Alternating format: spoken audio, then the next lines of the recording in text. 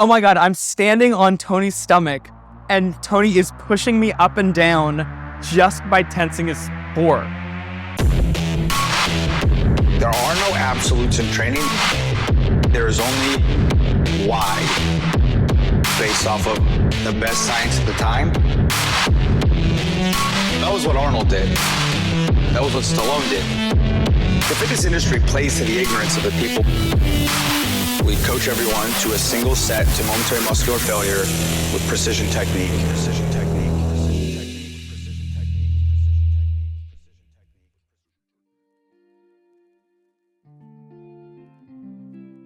What is the posterior chain and why is it important? Okay, so the posterior chain you're usually referring to, as my mentor JC Santana says, the three amigos, the hamstrings, the paraspinals, and the glutes. Why the posterior chain is super important in the West with American athletes or with Western athletes is because we sit too much. And when you sit on your backside, your lower back, your glutes, your hamstrings, they all become neurologically downregulated. Most Americans impose a demand on their body daily that is slouched posture. You are sitting on my glutes, so they're stretched and elongated. My hamstrings are elongated. And so the body has two choices in that position.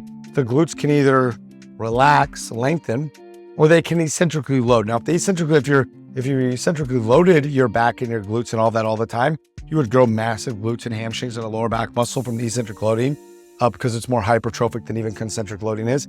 And we would all just be humongous. So what happens is your body goes, relax, it burns less energy, and it downregulates the neurological function to them. So then, and you've probably had that when you've been in a long car ride, you get up and like, things feel weird. It's just your body's just clicking them on. So once you start moving again, the glutes are back in the game. But it just becomes a posture that your body adapts to. The posterior chain, it's the three amigos, the paraspinals, the glutes, and the hamstrings.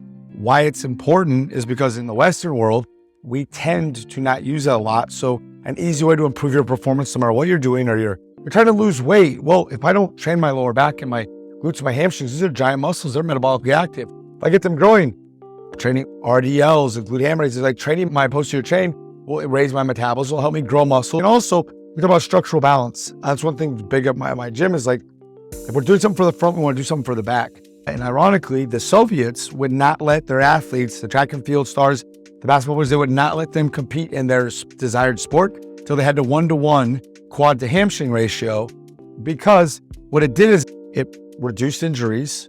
It allowed them to perform better. And if you look at the body, you look at where it's meant to take load, look at your hips. Your hips are where you're meant to do work. And if you look at whether you're fighting, whether you're tackling, whether you're trying to push your car, you will always go to a hip dominant position.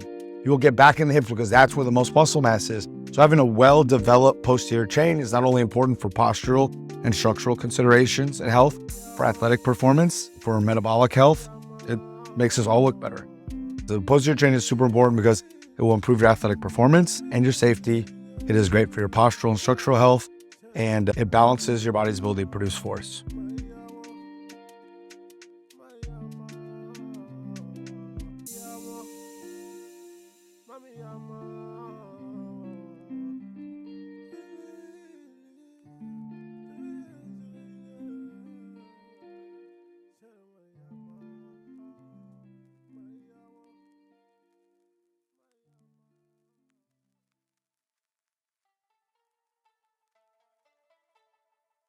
What about the body having a fifth gear? What do you mean fifth gear? I mean, I just want to make sure because I don't want to assume that I know. Totally. So if I'm pulling down and I'm basically at failure, and then you pull out a gun, Yes. and you're like, do 10 more. Yes. What's the science behind that? Is that a real thing? When is that a real thing? And why don't we have access to that in regular life?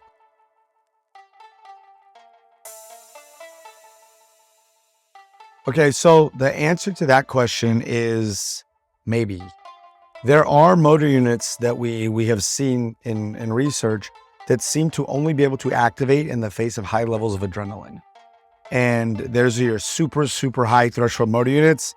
And there are actually, one of my mentors, he used to try to get you super out of breath or super fatigued the body part before he'd have you do something hard for it trying to trigger that fight or flight, trying to get you to, like, in the face of fatigue, the only way you're going to get these is for your body to dump a little bit of adrenaline, and then you get it.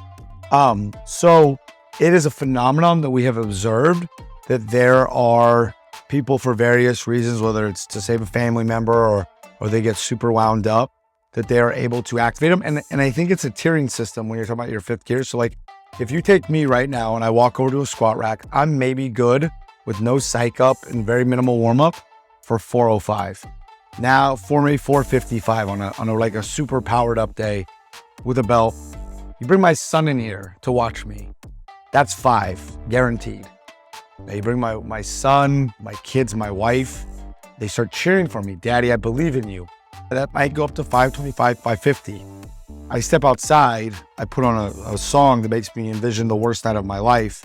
Then I play a very specific song that triggers the antithesis of that, the best version of me, and now that's 6+. And that is purely adrenaline and emotion that I'm triggering to allow me to do that. Without me triggering, like, I will walk back in from the thing imagining the worst experience of my life, and there will be tears in my eyes. And the thing that trips the other side, and you will feel it. It's, you know, I don't know if you're a comic book fan, but if you ever saw Bane, when he would hit the venom, the venom will go through and his veins would get green and he'd get big. It's like, you feel the adrenaline hit you. And that's what you'll see in powerlifting meets. They will get slapped a lot.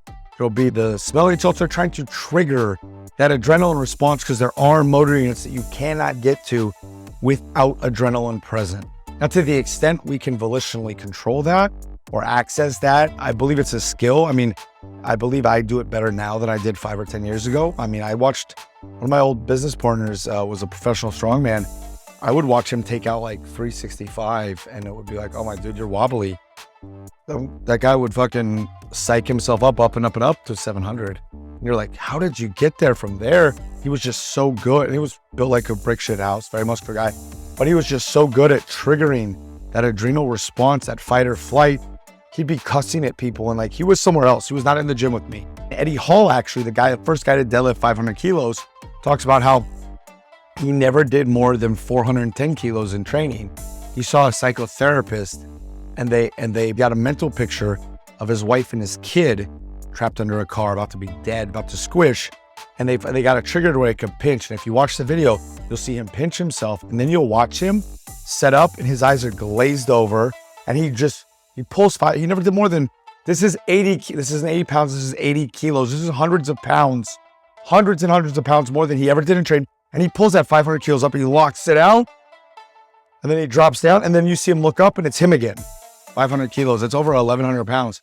So the body is not meant to do that. He had to go somewhere else and figure out how to trigger what you would call a fifth gear or those super high threshold motor units by a huge dump of adrenaline and other hormones associated with the fight or flight response. The biggest reason we don't have access to them is because if they were to fire immediately, you would tear the tissue apart. Like, so there's a form of training called time static contraction, which is a real nice way of saying isometric training. Isometric training has kind of been dunked on in the literature as far as it doesn't build much muscle. It only builds strength in like 10 to 15% degrees range of motion in which the force is being applied. Isometric is where you pull a weight that can't be moved. So you might take a deadlift and pull it into the pins and then it won't move because of the pins. And then you just pull on as hard as you can, or you will push the bench into the pins and the bar can't, you can push as hard as you can. Or like Bruce Lee famously had a chain on a stick and a piece of wood that he stood on. Well, Dr. Ken Hutchins hypothesized that, well, it's your body's internal governing mechanism. So what he started doing is he put a protocol where you go like 50% a light intensity of contraction for 30 seconds, a more intense or as hard as you dare, or 75 to 80%. And then you go 30 seconds to a minute as long as you can until the muscle fails, as hard as you can. And the crazy thing is, it's boring as hell. It's very painful. But the progress pictures, you see guys that do this once or twice a week you'll see a person gain 15 pounds of muscle in their first 6 months of it. And there's like no stress. Like me and other coaches that I'm friends with, we talk about how statics might be the very best hypertrophic stimulus. It's just, they're fucking boring and they're very painful. And so no one's ever going to consistently do them in a program. But the few people that do, you'll see before and after pictures that almost rival steroids from this method of training. So that is used to tie into that. I think the reason that we don't have access to them without the adrenaline is because your tissue needs to be warmed up. If I put a gun to your head and you have to maximally contract, say the muscles in your hips or something, or a bicep muscle or your whole body, the risk of you tearing that tissue becomes way to the roof because the tissue is not warmed up. The risk of tear goes up. So it's a protective mechanism. So the reason most people, I mean, it's even like in lifting, like if you do a set of a weight that feels mildly hard, your first rep, oh, I can barely do it. And then like today with your squats, the first couple look super slow and then they spit up. Your nervous system started to kick on and code into higher threshold meridians, but it only did that as the prerequisite, the muscles were warming up and it felt safer in the ability of the body to use these higher threshold meridians and not damage the tissue. Your body doesn't care how much you lift or if you pull a car off your wife or if you fight the kid or the tiger. It cares that you don't damage yourself. And so it's a neurological subconscious inhibition to keep you from tearing your tissue is why you don't have volitional control of it.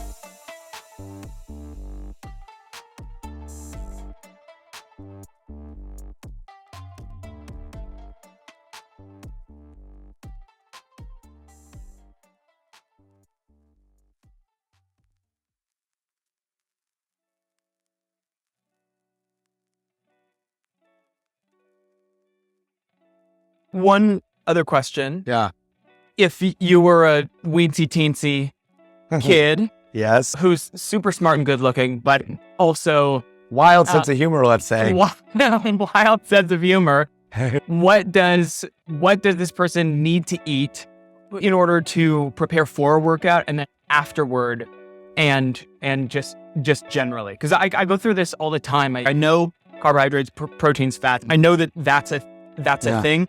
But how does a person structure that in a way that's most effective?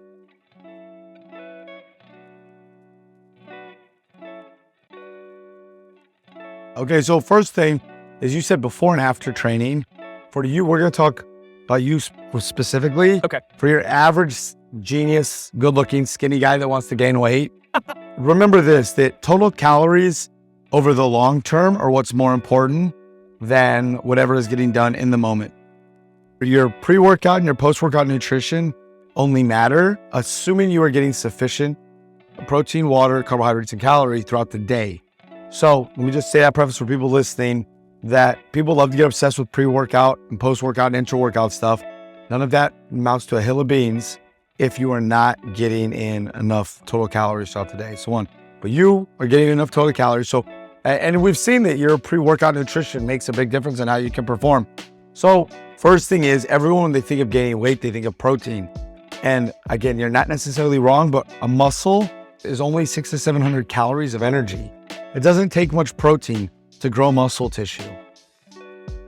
And actually, one of the reasons that protein diets are so effective for people trying to lose weight is it's super satisfying. So if your goal is to gain muscle mass, you need to be in a mild calorie surplus, 250 to 500 a day. That's a base start line. So you need to be in a surplus. I'm someone who's been on the other side of that. You obviously don't struggle with eating too much by virtue of being skinny. So we have to get you to eat more. So we don't want to drive a lot of protein because protein is satisfying. We want to make sure we're getting enough protein. So we would take you and we would probably go between half a gram. Now this is where the literature gets funny. Like the old school textbooks used to say for an athlete, you wanted 0.6 grams to 1 gram per kilogram of body weight. Now, a lot of people are recommending a half a gram to a gram per pound of body weight. One of my mentors, Stan Efferding, one of the brightest guys in nutrition for weight gain people, he says about 0.75 grams of protein per pound of lean mass in your body. So if you weigh, say, for sake of simple math, you weigh 100 pounds, most of that's lean. We don't need to get you DEXA scanned or hydrostatically weighed. We'll just go 75 grams of protein for a person who weighs 100 pounds. Then we have to ask, what is next most important? So I said, muscle is only 600 to 700 calories of actual tissue. I just read this today. It's 70 to 75% water, and then it is like 22% protein, and then it's like 6% trace minerals and fats and intercellular fluids. So that are non-water. So if it's 77% water, the next thing that would be most important would be carbohydrate, right? So what's the suffix there? Carbon, and then a hydrate. So it hydrates. So one, it turns into the muscle tissue, it turns into glycogen. Glucose in the bloodstream, and then the muscle goes into glycogen. One glycogen molecule bonds to 4 to 5 water molecules. So the big thing that the carbohydrates do is they Every cell in your body runs on carbohydrates. I don't give a flying fuck what the keto and the carnivore people say. Your body can turn protein, fats. Like your body can literally turn everything else into carbohydrate. Through gluconeogenesis, it turns protein into carbohydrates. And then there's one that can, even if it has to, turn fat into glucose in the body. The carbohydrates are super important. So then I drive carbohydrates. So what we do is we would set out your meal. We would set you out. We'd go 0.75 grams of protein per pound of body weight. Then what we would do is first we have to establish a calorie thing. So say you weigh 100 pounds. So we would go about 10 to 12 calories per gram of body weight as maintenance, or we would have you track, but we'll say for simple math here, we went 12 calories per pound of body weight. So that puts us at 1,200 calories a day if you weigh 100 pounds. Then we would add 250 there. And most of that would be carbohydrates. Very little of that would be protein, because you should be getting enough protein in your maintenance calories. And then we kind of play with it. So you set up your calories. Then we set up 0.75 grams of protein per pound of body weight. And then we fill the rest with carbs or fats based on how you feel. And there seems to be people who are 50-50 on if they metabolize fat better or they metabolize carbohydrates better. And in the research, it doesn't really matter as long as calories are equated. I personally have seen better results with carbohydrates because of the way carbohydrates keep the muscle hydrated and are used to create cellular energy and the contraction of the muscle. Now back to your question about before workout eating. That is one where I like to get, first one, got this from Dr. Nicholas D'Antonio. I like to get some salt pre-workout, like a quarter tablespoon of salt is one he's recommended, or an electrolyte drink, or just salt the food you're gonna have, and then get a meal in that's got a good amount of carbohydrates, proteins, and salt, because that's what you're gonna lose in the workout. Your body's gonna burn carbohydrates, it's gonna go through protein and try to repair the tissue as you start to break it down, and then it's gonna flush water out, and so it's gonna lose electrolytes and salt. So I like to get salt, water, carbs, a little bit of protein, more on the carbs, salt and water, and then a little bit of protein there so it's in the system. And then post-workout, then you kind of the same thing, but you can go a little more protein in that post-workout meal, because there is research that shows that you metabolize more efficiently protein for a few hours after you've done a hard workout. But this also gets to the point with the nutrition.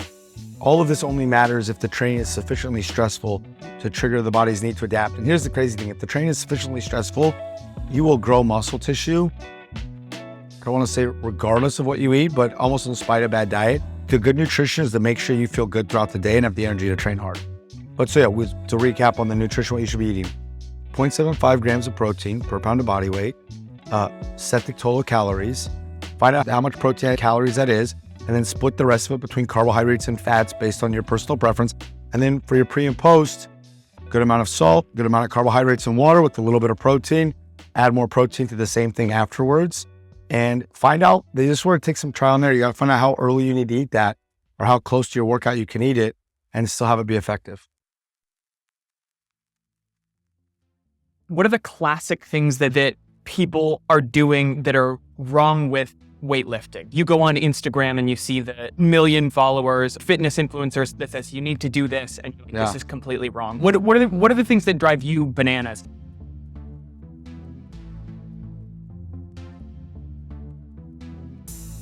The thing that everyone needs to do that they're not doing is reading enough. Because the information that is effective for training has been out. One of my mentors loves to say, training is biomechanics, mathematics, physics, and biochemistry and anatomy. So when you see the fitness influencers and they recommend stuff, it's obvious they have not read any of the base materials on these topics. They don't know what they're talking about. Like, they'll say, do this to tighten this area, which we know that's a basic flaw in cellular metabolism. People grossly overestimate what they can accomplish in 3 months and grossly underestimate what they can accomplish in 5 years. So in that, the goal to make a drastic change in 3 months, instead of thinking what I can do in 5 years, they don't sit there and think. They go, it's January, I don't feel good, I want to go right now, I want to go as hard as I can. And they go, how much exercise can I tolerate before I break? Instead of going, what is the least amount of exercise I need to start making progress? Because at the end of the day, the way this whole exercise training thing works, if it's actually going to work, and we go in a big thing about this at the gym in our presentation, is that you have to reliably trigger the body's need. So you must train it in a way that is sufficiently stressful that the body sees a need to adapt. It must see the training, what you did to it, as threatening, as a life threatening to the tissue. So it must perceive it as a threat that it's going to kill it. And then once it's done that, you need to leave it alone to heal and recover and make the adaptation. And then you come back, you'll be capable of doing a little more, and then you do it again. And the resting and recovering is as important. So what so many people do when they listen to a fitness follower or they make up their goals, they read about 5 days a week training, 45 minutes, 5 days, whatever they do. They don't sit there. They never thought, where should I start that will get me started going forward with the least amount of effort so I can always add more should I need to. They always ask how much instead of what is the least amount to make progress. The analogy I use in my gym is like, imagine if you came in with a headache and I said, well, 3,000 milligrams of Tylenol won't kill you. Let's start there. You'd be like, what the hell? Or chemo. They literally try to find the least amount of Tylenol to cure your headache, the least amount of chemo needed to kill the cancer. Like in medicine, it's always about the minimal effective dose. And there's a few guys talking about this in training, but they don't get nearly the social media props as the person who's like, I got up and ran 6 miles in the morning, I went lifted weights in the afternoon, and I did this in the afternoon, and I did that. And it's like, yeah, bro, stay hard. And it's like, okay, that's not logical, that's not reasonable, and that's leading most people astray. And I very much recently have seen what even greater reduction in total exercise can do for my own personal health and for clients in driving the intensity up. And like, none of my clients at the gym work out for more than 20 minutes 3 times a week. Those are clients that come the most, and they're making more progress than ever, whether that's body composition, pain reduction, fat loss. They're all smashing records like I've never seen before because I got a rational grasp on the principles of exercise. That is, we need the exercise to be sufficiently stressful. If it's sufficiently stressful to trigger the body's need to adapt, I need to leave the body alone and let the body adapt. And you hear this all the time about recovery, ice passes. Recovery means you just got back to where you could do what you could do before. Well, I'm not going to pay for that. I care about adaptation. I care about being better. One of my mentors, a guy named Roddy Ferguson, 2004 judo player, amazing strength coach. He goes, every time I show up to the gym, I knew I had to leave better than when I walked in. You have to leave better than you showed up and come back ready up. And the way that is making sure the stress is sufficiently stressful and then leaving the body alone. So, I mean, when you talk about the instance, like they're doing everything wrong. They're trying to sell people things that don't work so that they can sell them the new thing that worked and sell them the new thing that's worked. When we have known the valid principles of exercise science for close to 100 fucking years at this point, and the people are not getting healthier. Riddle me this one. There are more people dieting and exercising in the Western world, America and Europe, than ever before in the history of humanity. And there are more sick people dying of cancer, obese people, depressed, all of that. There are more people on diets and exercising and more obese people than ever. The thing is, they're doing everything wrong because they're not reading enough. They think exercise is somehow different from medicine or engineering or any other science, and they're not learning the base materials, which is, me doing lots of crunches isn't going to make the fat on my stomach go away, because the way cellular metabolism works, fat is just a transient substance. There's energy and it just happens to be stored there, and working that area will have no bearing on getting rid of it there. Right. So that's the biggest thing for me, is the fact that, and the more as I've kind of got to a renaissance of the gym lately, the more I've learned lately, the more I realize it's almost like a fucking conspiracy, where you're like, how little actually time in the gym is required to make staggering progress. Like, I posted a picture of this girl, she only lost, it was 2 pounds, it was 3 weeks apart, but she probably lost 3 inches off her waist in 3 weeks. An inch off each thigh, a couple inches off her hips. Her lats grew out a little bit, her arms got more defined. She worked out 14 to 16 minutes, 3 days a week, and she's a desk jockey the rest of her job. If you train correctly, you require so little time in the gym. And what's the number one thing? People, why they can't start? I don't have time. I don't know what and it's just social media, everything. People as a society as a whole, we don't read enough period anymore, but they don't read enough. They don't study the foundational materials. And so then when they go out in the world, they don't even begin to know how to suss out a professional or what to do with themselves. And they don't critically think on it. They don't objectively take a look at it from outside and go, what would make sense to me? So that would be my thing. I would say that they're doing everything wrong. Foundationally, they're not reading, they're not studying enough, and they're not equipping themselves with the base information to even go in and start having a productive experience with the gym, which sucks because then they end up hating the gym, and the gym becomes a thing that people are like, oh, I don't like going, I don't like this, I hate exercise. And it's like, well, yeah, because you think you have to go in there 4 or 5 days a week for an hour or more just to make a little bit. And it's like that. Yeah, that's not required at all. Do you have time for another question? I have one more clue. I do. So person A is exactly the same as person B, except person A has a perfect six-pack. Okay. Is there, like, other than aesthetics, is it important to have a perfect six-pack?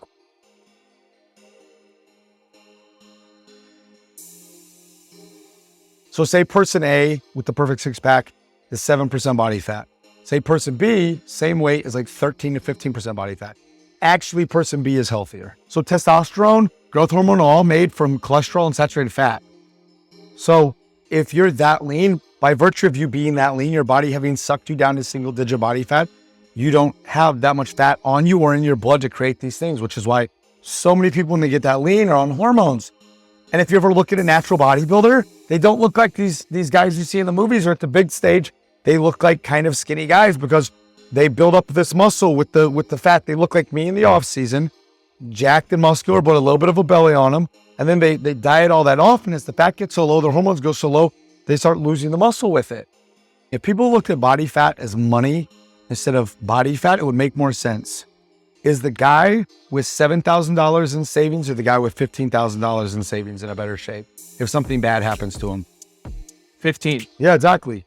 But, and again, the way the money thing stops is, the guy with 200,000 is better than the guy with 15, but with body fat, it gets to a point where it does become unhealthy. But no, they're both in reasonable body fats. The guy with the perfect six-pack, by virtue of being leaner, he would be in single-digit body fat. And doesn't mean that there's anything wrong with having abs. I one time chased it and got abs, and it was miserable for me. And the thing is with abs is also a huge genetic component that no one wants to talk about. The Rock is famous for not having a six-pack. You can go Google Rock without six-pack. And at his leanest, he has the top two. He never has that chiseled sixer, that fucking bink with the V cup tight. And he's super lean too. He's one of the greatest physiques in Hollywood history. He doesn't have a six-pack. He's just genetically not there. The vast majority of people are just genetically not gonna have a six-pack. Or they're gonna have to suck themselves like I did down to such a low body fat to get it to show that they're gonna develop eating problems. They're gonna be miserable and it's gonna be awful and they're not gonna like it. So no, there's no objective betterment if you are within healthy body fat ranges of having a perfect six-pack versus not having a perfect six-pack. And I would make the argument that for athletic performance, for longevity, for health, for hormonal health, for aging well, the guy who is at a healthy body fat range but has more body fat than the single-digit guy is going to be the healthier and more robust in the long term. So it's just aesthetics. Yeah. I hate to break it to anyone who's listening to this. Girls or guys or whatever you're into, don't give a fuck about your six-pack. You've never, ever, I don't want to piss you off, but I had abs, I had six-pack, and I didn't, and I got hit on the same amount. I've had people that knew me at both that say I look better now. They find me more attractive now. It's just when you get older, you realize as long as you're healthy, it's, your personality, how you treat people. And so, yeah, no one gives a fuck about your six-pack. If it matters to you, then don't let what I'm saying dissuade you from chasing that goal. But there's no health benefit. And in many cases, it's not even an aesthetic benefit because, a lot of times people are like, when you see someone that lean, they're like, I don't find that as attractive as someone who's as muscular with a little bit softer in the midsection. They just don't find it as attractive. And so is there a core strength component that person A has that person B doesn't have? Oh, no, God, no. The strongest, highest ever recorded EMG on his stomach was done on an 800-pound deadlifter. And I promise you that guy did not have a six-pack. What's an EMG? I don't actually know what it stands for, but It's where they put electrodes up to your muscle and measure the strength of the contraction. Yeah, that guy did not have a six-pack on an 800-pound deadlift. And again, now does that mean being fatter than you should or having an unhealthy body fat ranges? I'm not saying that at all, because there's a weird body positivity thing now where people are pushing being fatter, and there's definitely health problems there. But there's no improved core strength if you have a six-pack. There's no nothing with it. No. And again, the highest ever recorded abdominal contraction was done on an 800-pound deadlift, and I assure you that guy did not have a six-pack. We're going to do something real quick, a little thing, sure. Little auto experiment. This is going to make great podcasting.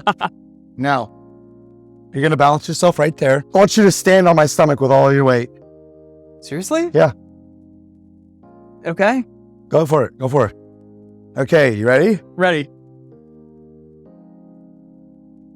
I'm lifting you, so you can't see this, people, on the thing. Tell them what I'm doing. Oh my God, I'm standing on Tony's stomach and Tony is pushing me up and down just by tensing his core. All right, so step off. So I far from have a six-pack, and you'll be hard-pressed to find someone who has a stronger stomach and a more stable midsection than I do. So, no, there's no correlation. And I've done that to Darius. He used to, over the summer, would come and just kneel on it for me to lift him. I can sit there and hold you off of it and flex it and talk the whole time. So no, there's no correlation to core strength and being lean. That's crazy. Yeah. I cannot believe I just did that. If you want to learn Kung Fu, Grasshopper, the training must be intense.